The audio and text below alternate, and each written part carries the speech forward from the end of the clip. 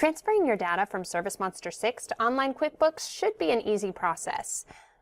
Well, I got a little secret for you. It is, and I'm here to show you how. Just follow along. Okay, so just a few brief setup steps before we transfer data. Follow me to Marketplace in the Navigator. Find the QuickBooks icon and click on it. Select the subtab Configuration and choose an export method. Today we're doing online, so QuickBooks Online. Click Save, and once you do, a Connect button will appear at the bottom. If it's already connected, like mine is showing, the Connect button won't be there. If it is, click on it. It may take a minute to connect, but once it does, it will show connected in green as it does down here. To begin transferring your data, you'll need to go to Orders in the Navigator. Click on Accounting.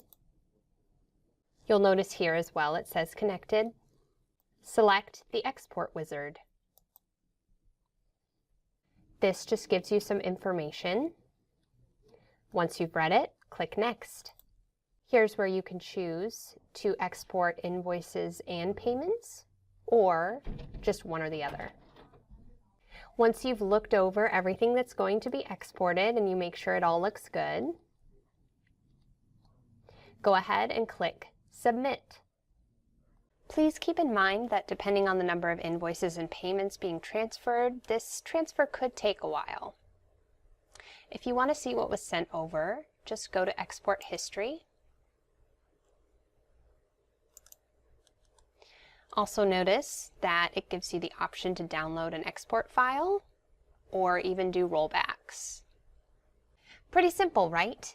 Join me for the next video and I'll show you how to view that transferred data in QuickBooks Online.